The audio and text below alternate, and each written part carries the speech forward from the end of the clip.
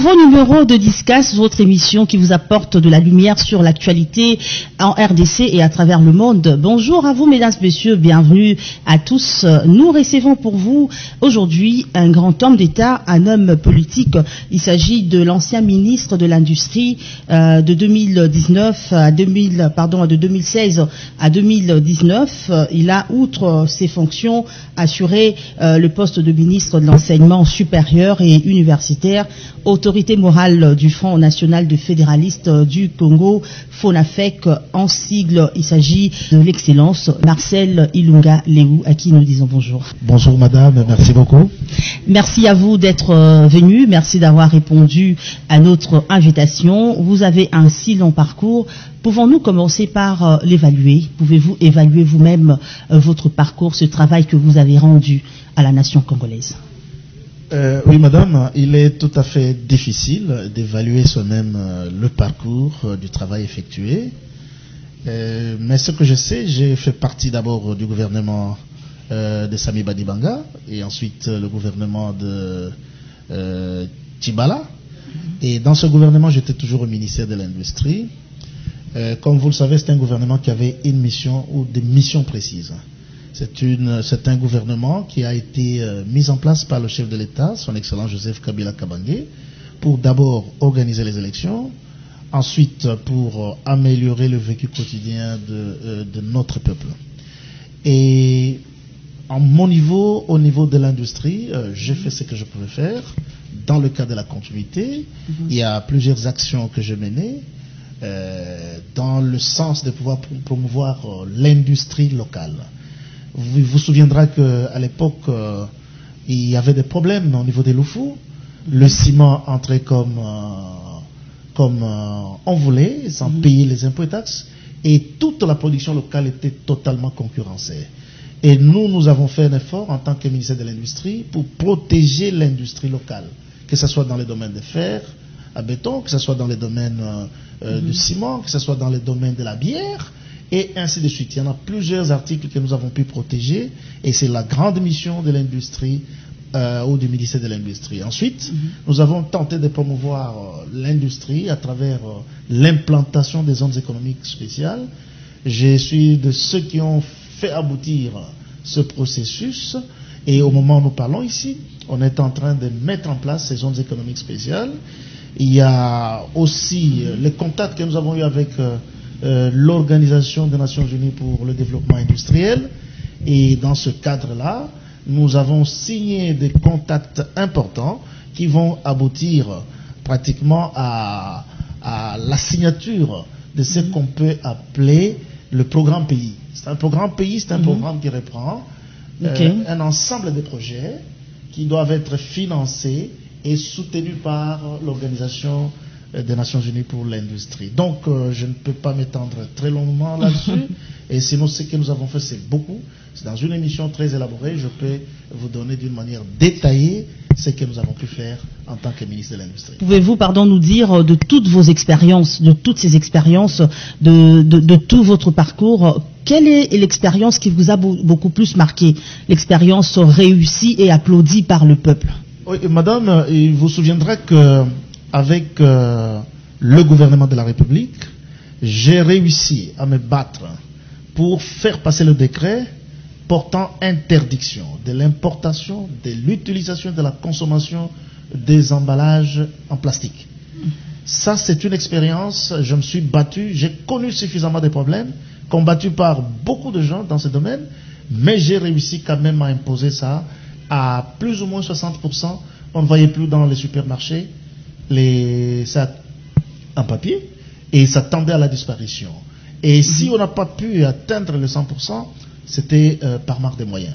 C'est une opération qui nécessite suffisamment de moyens et incorporer... Est-ce que la RDC manque le moyen pour financer une si grande campagne qui n'allait que dans l'essence de ses intérêts? N'oublions pas que nous étions pendant la période où on préparait les élections. Et tout le peu de moyens disponibilisés par la République, par le gouvernement, devrait aller pour financer les élections. Et comme vous le savez, ces élections ont été financées sur fonds propres du gouvernement de la République. Il y a des circonstances atténuantes, mais je sais que mon successeur prendra le taureau par les cornes, il va continuer avec le processus jusqu'à ce qu'on va éradiquer totalement l'utilisation des sacs papier en plastique. Mais prenons seulement cet exemple. Qu'est-ce que ça vous fait maintenant? Vous entrez dans un supermarché, on vous sert de la marchandise dans des emballages en plastique, de sachets que vous aviez tant combattu. Dans si peu de temps, cette histoire est revenue. C'est comme si vous n'aviez rien fait. C'était comme un coup d'épée dans l'eau. Qu'est-ce que ça vous fait? Madame, ça me fait très mal. Ça me fait très mal. Pourquoi? Parce que nous tous, nous savons les méfaits de ces emballages en plastique. Et à ce titre-là, d'abord, la population devrait s'approprier cette mesure, de sorte qu'ensemble, avec le gouvernement de la République, qu'on fasse tout pour éradiquer ça. Parce que les effets néfastes sont multiples, madame. Et nous connaissons des inondations aujourd'hui. C'est à cause de ça. Les caniveaux sont pratiquement pleins de quoi? Des bouteilles, de sachets en plastique. Je crois que ça me fait excessivement mal, mais j'ai la foi. J'ai la foi, madame, dans le gouvernement actuel, Ilunga Ilunkamba, avec mon successeur que je connais bien, Julien Paluku, c'est un brave homme.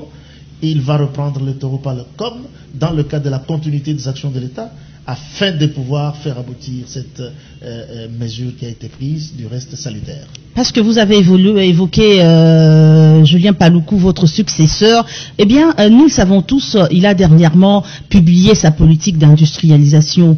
Étant son prédécesseur, vous avez suivi cette politique, et quelle lecture faites-vous de cette idée, de sa manière en fait de transformer l'industrie congolaise? Madame, je suis très heureux de voir un homme important comme Julien Paluku faire ce qu'il a fait là, parce qu'il est pratiquement dans le cadre de la continuité de ce que nous avions commencé, ce que même nos prédécesseurs avaient laissé. Donc nous sommes dans une même logique, la logique de pouvoir protéger l'industrie locale et la mesure de pouvoir promouvoir l'implantation d'autres industries. Donc personne n'est sorti de ce cadre-là. Je l'encourage et je dois vous le dire que c'est un ami. Et à tout moment, nous sommes en contact avec lui, de sorte qu'il réussisse son mandat à la tête de ce grand ministère. Et si vous avez été demandé de revenir aux affaires, reprendre le ministère de l'Industrie, dites-nous quelle aurait été votre première priorité? Madame, d'abord à ce niveau, je voudrais vous dire qu'après avoir fait plus ou moins 3 ans à la tête de ce ministère, et qu'il y a les autres, je ne peux pas aussitôt commencer à envier de revenir. Au contraire, je dois soutenir celui qui est là pour qu'il réussisse. Parce que quand il réussit, c'est la réussite de nous tous. C'est très bien dit. Monsieur Marcel Ilunga Léou, vous êtes autorité morale du Front National des Fédéralistes du Congo, parti allié au FCC. Vous êtes dans le Front commun pour le Congo.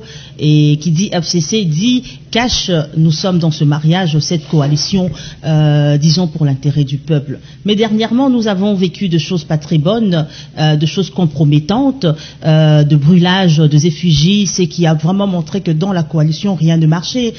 Pouvez-vous nous faire une lecture de ce qui s'est passé, de déclarations à gauche, à droite, parce que pour tout le monde, ça présageait un divorce? Merci beaucoup, madame. C'est vrai, je suis Marcel Ilunga Léou, avec le parti politique Front National des Fédéralistes du Congo. Nous sommes bel et bien membres du Front commun pour le Congo. La plateforme dont l'autorité morale est Joseph Kabila Kabange, le père de la démocratie congolaise, et disons le pion qui a pu mettre en place cette alternance pacifique que nous apprécions aujourd'hui. Je voudrais aussi vous dire, madame, que quand nous avons suivi toutes ces déclarations-là, moi, ça ne pouvait pas m'étonner. Ça ne m'avait pas étonné parce que ça m'a déçu au lieu de m'étonner. Je peux vous dire qu'en tant que président du FONAFEC, j'ai fait la rentrée politique dans le Haut-Katanga et dans le Balaba. Et les images ont parlé d'elles-mêmes, madame. Et à tout moment avant ces événements, j'étais en train de prêcher. De prêcher la cohésion. Cette coalition est très salutaire.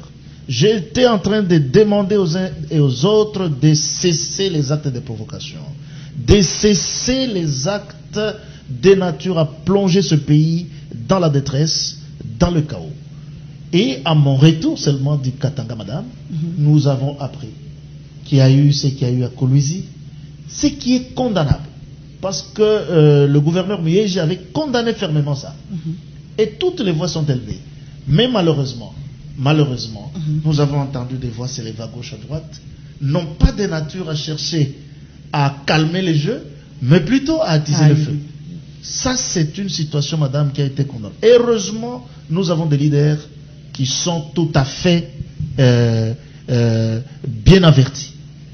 Vous suivez, nous avons été à l'école de Joseph Kabila Kabange, c'est une école de la patience. Une école où on ne veut pas précéder la parole à tout moment. Il faudrait plus écouter et parler moins. Et nous étions heureux d'entendre le chef de l'État, son Excellence Félix Antoine Tshisekedi Tshilombo, parti de l'extérieur, dire clairement que cette coalition est salutaire et que son prédécesseur ne le gênait pas. Joseph Kabila Kabange, au contraire, avec l'expérience qu'il a, il avait à contribuer, n'est-ce pas, dans l'exercice de fonction du chef de l'État. Mais c'est seulement nous qui sommes des lieutenants, madame, qui ne comprenons pas ça. Nous ne comprenons pas ça. C'est un peu comme l'homme et la femme qui veulent se marier, ils se mettent ensemble, mais chacun avait déjà ses enfants à côté. Vous mariez, mais que ces enfants ne se comprennent pas, ils ne s'entendent pas. Et madame, ce mariage, apparemment, à cause des enfants, pourrait aussi éclater. Madame, les parents ont l'obligation de pouvoir éduquer les enfants, de mettre les enfants ensemble. Ça, c'est le pouvoir des parents. Et c'est ce que nous constatons dans le chef du président Joseph Kabila Kabange et du président Félix Antoine Tshisekedi Tshilombo. Les deux comprennent le sens de la coalition. Maintenant, il faudrait que nous qui sommes des hauts cadres dans ces deux grandes formations, dans cette coalition, que nous puissions éduquer nos membres. C'est à ce niveau-là, madame, qu'il y a un problème. Parce que, comment voulez-vous? Le matin, d'abord, le chef de l'État, à partir de l'Europe, il dit nous devons soutenir cette coalition. Et le lendemain matin, à cause de ce qui s'est passé à Kolwezi, du reste condamnable par tout le monde, son lieutenant se met debout, Kabound, pour dire c'est que nous mettons en garde le FCC. Et puis, il est même allé loin, il a dit que... reprocher, qu'est-ce que vous reprochez au FCC? Les gens doivent aller nager. Madame, on sait seulement quand on allume le feu. Vous apprendrez à nager en plein fleuve. On sait seulement. Est-ce que ça veut dire qu'il est directement en train de vous menacer de mort, vous jeter dans le fleuve? Mais heureusement, madame, au niveau du Fonds commun pour le Congo, nous avons des hommes politiques expérimentés qui ne peuvent pas le suivre dans ce geste-là. Dans ces soubresauts comme l'appelait le chef de l'État à partir de l'extérieur. Personne ne le suivra sur ce terrain-là. Parce qu'il faut retenir que ce que Joseph Kabila Kabange a fait pour ce pays, madame, ça ne s'est jamais passé auparavant. Combien de dirigeants africains ont décidé de s'éterniser au pouvoir? Combien? Combien ont décidé aller jusqu'au sacrifice suprême? Mais lui a dit, là vous parlez de l'alternance. Démocratie oblige. Mais il y a beaucoup qui n'y croient pas, parce que pour beaucoup jusqu'à présent, Joseph Kabila n'est jamais parti, c'est lui qui gouverne, c'est lui qui dirige le pays. L'alternance pour beaucoup n'est que mythe. Madame, et les gens ne sont pas habitués, c'est la première expérience que nous parcourons dans notre pays. Nous avions été, nous, avec le chef de l'État, quand j'étais encore au ministère de l'Industrie, à Dar es Salaam. Madame, dans une grande réunion, on a d'abord présenté les anciens chefs d'État. Ils étaient là. Les anciens premiers ministres, ils étaient là. Et ils ont été applaudis comme vous ne pouvez vous l'imaginer, madame. Et ici, chez nous, c'est la première expérience. Nous étions habitués, pour que notre président vienne, il faut que l'ancien soit qu'il puisse fuir, soit il est tué. Mais aujourd'hui, nous sommes dans une nouvelle expérience. Nous devons accepter et expérimenter ça. Et c'est là que nous demandons, madame, à tous nos collègues qui sont au FCC, qui sont au cache, de prêcher la paix, de prêcher la cohésion et soutenir cette coalition parce qu'elle est salutaire. Et quand ils verront, nous les lieutenants en train de soutenir ça, vous verrez que la base suivra. Et quand la base suivra, nous entrerons dans la vraie démocratie, telle que l'a souhaité d'ailleurs le président Joseph Kabila Kabange. Parlons un peu de votre parti FONAFEC. Vous étiez hier collaborateur à Kyungwa Kumwanza. Et que s'est-il passé? Du coup, vous soutenez Joseph Kabila, vous laissez tomber votre cher ami Kyungwa Kumwanza. Que s'est-il passé? Qu'est-ce qui vous a séparé? Madame, vous savez que Kyungu, c'est un papa en qui j'avais beaucoup de respect et d'estime. Et vous le savez vous-même que Kyungo Koumanza, c'est l'homme politique qui a profité tout du régime Kabila. Mais nous avions été totalement déçus de constater que Kyungo Koumanza avait trahi Joseph Kabila Kabange. Nous lui avions donné des conseils et il avait persisté dans sa démarche. Ce qui nous avait poussé avec beaucoup de collègues de le quitter. Et nous l'avions quitté. Non seulement nous l'avions quitté, nous l'avions exclu du parti UNAFEC. Et moi j'ai été élu à l'époque président de ce parti-là. Et jusqu'à ce qu'après la Senko, il a été demandé qu'on puisse décrisper la situation et nous avons retourné ce parti. C'est à ce niveau-là que nous avions créé notre parti qui s'appelle FONAFEC, Front National des Fédéralistes du Congo. Donc je ne pouvais pas m'aligner sur M. Kyungo Koumanza qui, après avoir profité du régime Kabila, il était le premier à tirer sur Kabila pour chercher même à le tuer. Ça, je ne pouvais pas accepter, madame. Mais et c'est ça qui m'a séparé de lui. Ce sont de fortes accusations. Ce sont des madame, c'est documenté. Aujourd'hui, vous voyez ce qu'il est en train de faire. Mais qui avait tué les Kassaïens? Qui était à la base de la mort des Kassaïens en 92? Mais quand même, vous étiez avec lui. Il a en 92, moi, je n'étais pas encore avec lui. Non, mais après ça, moi, parce qu'il a eu un passé. Alors, il a passé cela parce que dans le cadre de ce qu'on appelle la cohésion nationale. Et le chef de l'État, Joseph Kabila, l'avait protégé. Parce que lui, il était à la porte de la CPI. Il a été protégé. Et quand vous entendez aujourd'hui de sa bouche, lui prétendre que c'est Joseph qui devrait aller à la CPI, madame, c'est le jour et la nuit. Tout simplement, il flatte parce que le président actuel, il est du Grand Kasaï. Or, lui était à la base de la mort de beaucoup de Kassaïens. Donc, il faut encore chercher à se cacher derrière ce combat-là pour encore se faire une place au soleil. Madame, c'est malhonnête parce que même Dieu des ancêtres n'aime pas ça. Non, parce que quand quelqu'un a tué, par exemple, quand vous avez un passé, ce passé reste collé à vous. Même quand vous changez, l'humanité ne croira pas que vous avez réellement changé. Kyungo Koumanza l'a fait dans le passé. Il a fait souffrir, s'il faut le dire comme vous, il a fait souffrir le Kassaïen, mais quand même, vous avez accepté de vous mettre à ses côtés. Vous étiez son collaborateur et le quitter quelques temps après. Et vous voyez que vous n'avez rien fait. Madame, quand quelqu'un répète la même chose, ça ne vaut pas la peine. À ce moment-là, il avait avancé ses arguments, non, c'était pour ceci, cela, et il a été compris. Parce que même Joseph l'avait coopté pour travailler avec lui. N'est-ce pas? Dès lors que Joseph était investi président de la République. Mais, qu'est-ce que nous avons constaté après? Madame, vous avez plus de 90 ans, mais vous continuez à faire la politique active, en train de tirer sur tout ce qui bouge. Non, on ne va pas poursuivre, madame. Le matin, vous vous réveillez, vous êtes pour. Le soir, vous êtes contre. Alors, vous êtes quel type d'homme? À ce moment-là, nous décidons de nous désolidariser de vous et nous vous laissons continuer votre chemin seul. Donc, voilà. Ce que nous pouvons demander à Kyungo, c'est de comprendre qu'il a déjà pris de l'âge. Et qu'il devrait... Et de prendre sa retraite. Non seulement de prendre sa retraite, surtout de se calmer, de devenir un conseiller, que de devenir quelqu'un qui attise le feu. Même dans ce dossier de ce qui s'est passé au Katanga, je suis persuadé qu'il doit y être. Regarde, suivez les discours qu'il tient là-bas. Il ne tient jamais les discours de cohésion. Non, c'est toujours le discours de séparation. Il est même parmi les gens qui pensent que il faudrait que la confusion puisse s'installer entre l'ancien chef de l'État et le nouveau. Parce que lui ne vit que de ce qui s'appelle confusion. Et pourtant, à son âge-là, il devrait maintenant réconcilier les uns les autres. Comme nous le faisons, nous. En demandant qu'il y ait la cohésion, que les gens travaillent ensemble. Mais lui ne le fait pas. Si vous suivez tous ces discours, jusqu'à avant-hier, les discours qu'il tient, ce sont toujours les discours de haine, les discours de séparation. Mais vous n'allez pas faire la politique comme ça. Je l'avais dit un jour à quelqu'un que ce monsieur, le jour où il ira, où Dieu l'appellera, les morts vont commencer à fuir. Ils vont se dire, mais ce monsieur est venu ici. C'est très fort, mais parlant de vous, il y a des gens qui vous critiquent.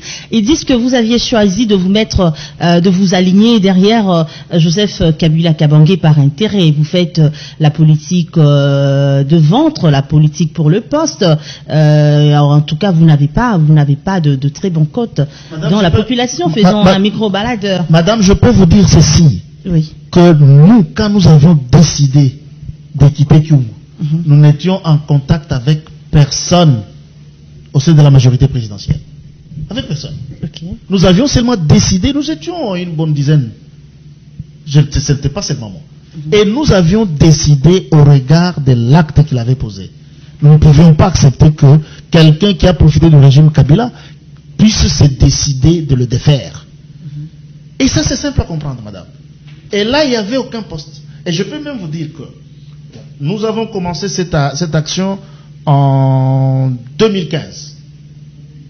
Non, en 2014, madame. Sans intérêt. Mais nous avons ravi à Kyungu le parti conformément à nos statuts. Et en dehors de ça, nous nous sommes limités à cela. Et après, comme nous étions à la majorité présidentielle, je n'ai pas été nommé le premier, madame. J'étais resté député national jusqu'en 2016, décembre 2016. Il y avait certains de mes amis qui étaient nommés. Les uns comme commissaires au niveau du Tanganyika, les autres au niveau du Haut-Katanga, les autres comme vice-gouverneurs, ainsi de suite. Ce n'est qu'en 2016, le 31 décembre, qu'il a plu à son excellence Joseph Kabila Kabange de me nommer. Et d'ailleurs, pour ça, je le remercie sincèrement. Parce que c'est lui qui a fait de moi ce que je suis devenu aujourd'hui.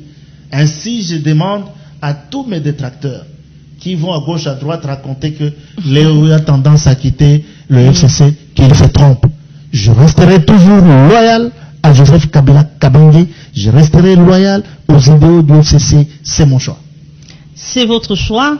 Ça ne se discute pas. Alors, nous prenons notre avion, mesdames et messieurs, pour la province du Haut-Lomami.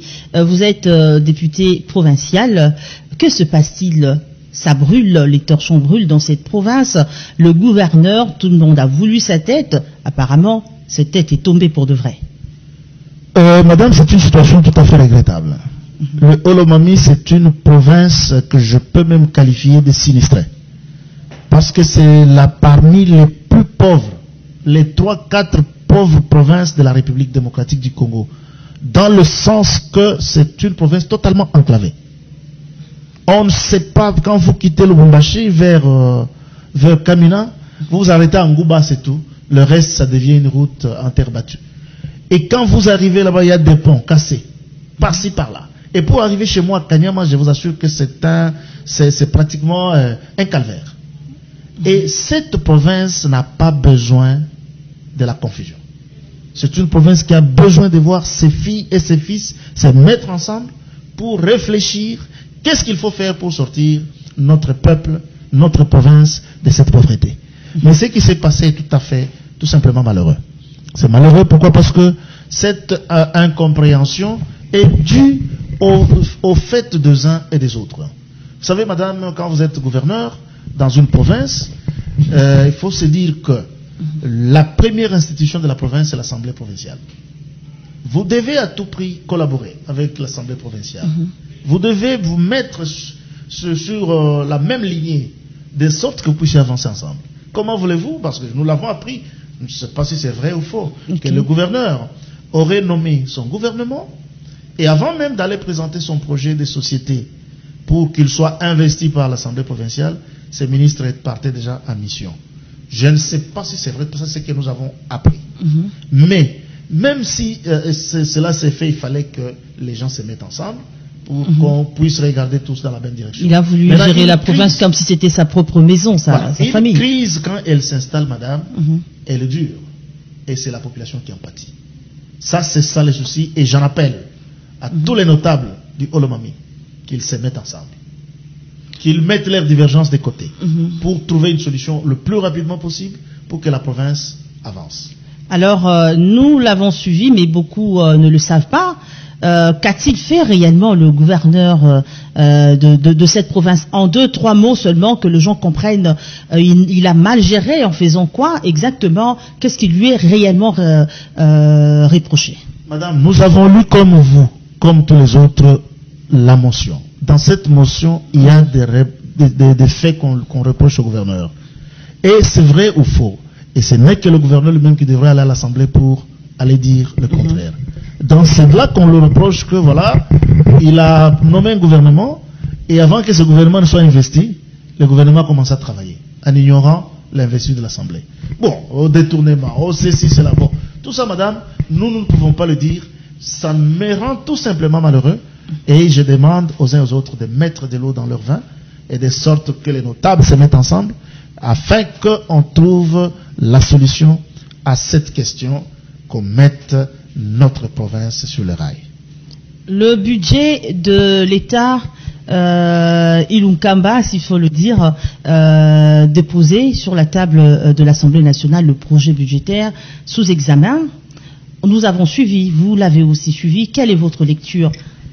D'abord, je voudrais féliciter le professeur Ilunkamba pour avoir compris, n'est-ce pas, le sens de la démarche du chef de l'État, et nous ramener un budget évalué à 10 milliards de dollars américains. C'est une bonne chose, madame. Mais ce qu'il faut retenir, c'est quoi?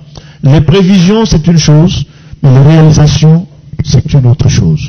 Il faudrait absolument qu'il y ait des mesures d'accompagnement dans le cadre de la mobilisation des ressources pour atteindre ce budget-là. Parce que déjà, même à l'époque, nous avions souvent un budget de 5 milliards ou de 6 milliards, mais dans les réalisations, on n'atteignait jamais les prévisions. Or, dans notre pays, avec tout ce qu'il y a comme attente de la population, si on n'arrive pas à atteindre ces réalisations-là, ça risque d'être catastrophique. Vous avez vu vous-même la mesure la plus sanitaire qui a été prise par le chef de l'État en rapport avec la gratuité de l'enseignement de base. Mais cette gratuité nécessite de l'argent. Donc, je suis parfaitement d'accord que le budget aille à 10 milliards, et même un peu plus, mais il faut des mesures d'encadrement pour qu'on puisse effectivement récolter ces fonds-là. Parce que ça ne sert à rien d'avoir un budget de 10 milliards et dans les réalisations, vous ne réalisez que 4 milliards ou 5 milliards. Là, ça risque d'être catastrophique. Sinon, j'encourage le gouvernement et nous soutenons le gouvernement. Nous voulons bien que le gouvernement arrive à mobiliser plus dans l'intérêt de la population. Alors, on va vous permettre de regarder un peu chez le voisin, de regarder un peu chez les gens de la Mouka. Que se passe-t-il? Martin Fayulu propose un plan pour sortir de la crise, et tout de suite, ses frères d'une même famille, ses frères sautent dessus. Ils disent c'est son propre plan, ça ne nous concerne pas, mais quand même, selon lui, étant congolais, il veut que le Congo sorte de la crise. Vous avez suivi, vous êtes bien informé, vous êtes politique. Quelle est votre appréciation de ce geste de Martin Fayulu? Madame, c'est ça même la beauté de la démocratie.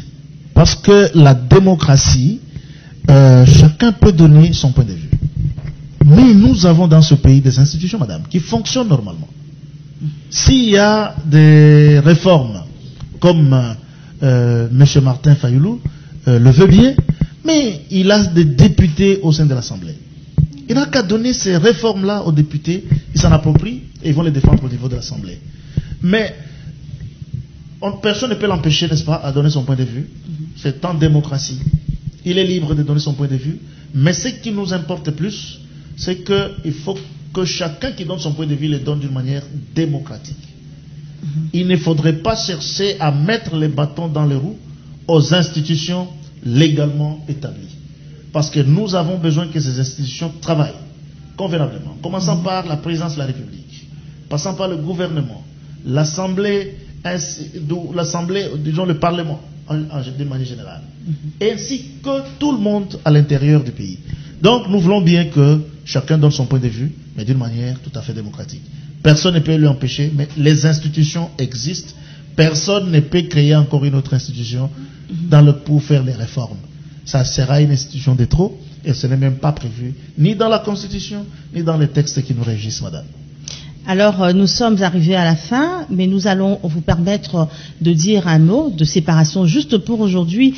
Nous avons évoqué autant de sujets, le projet de loi budgétaire déposé à l'Assemblée nationale. Nous avons parlé de la coalition FCC Cash et tant d'autres sujets. Alors, vous êtes ancien ministre de l'Industrie. Un mot sur l'industrie actuelle et un mot sur la politique étant homme politique. Merci madame. Je crois que sur la politique de l'industrie, comme je l'ai dit tout à l'heure, je félicite et je soutiens mon prédécesseur, mon successeur plutôt, dans le travail qu'il mène.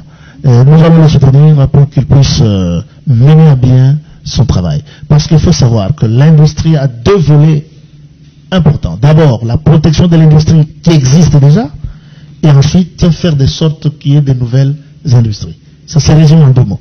Et il le fait bien, il a mon soutien, il a le soutien de toute la population pour qu'il réussisse.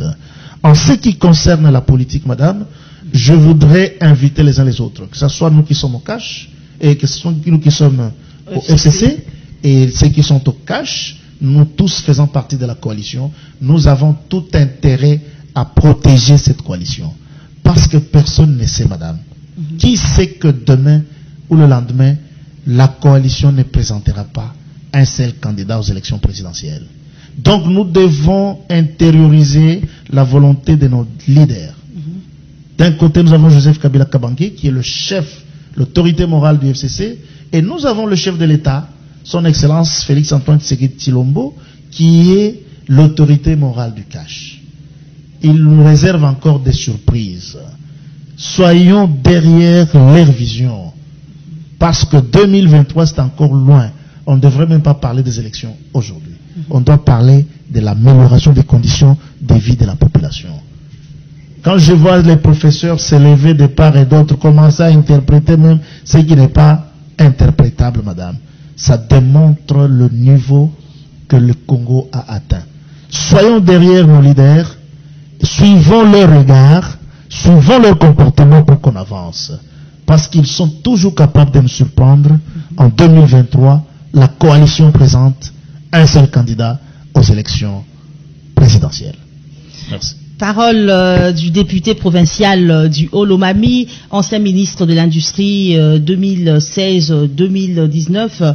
Il a, outre ses postes, assuré les fonctions de ministre de l'Enseignement supérieur et universitaire, autorité morale du Front national de fédéralistes du Congo, FONAFEC, en sigle regroupement, qui est dans le regroupement FCC, ADRP FCC. Ok, nous vous disons merci. Il est ancien député national également. Merci, monsieur Marcel Ilunga-Léou, d'être passé dans ce plateau de Discas. Je voudrais vous féliciter. Je sens que c'est un bon cadre. Et il faut continuer comme ça pour informer la population. Merci. Merci beaucoup. Merci à vous, mesdames, messieurs, d'avoir suivi cette émission. Vous nous avez regardé à Brazzaville et partout. Merci de votre fidélité à BSC. Merci à toute mon équipe technique chapeautée par Patrick Komba. Merci à la main de Scotty Mukankole. Restez branchés sur BSC TV et à la prochaine, ça sera avec deux invités qui auront encore et encore de la matière. Discas est là pour vous. Au revoir.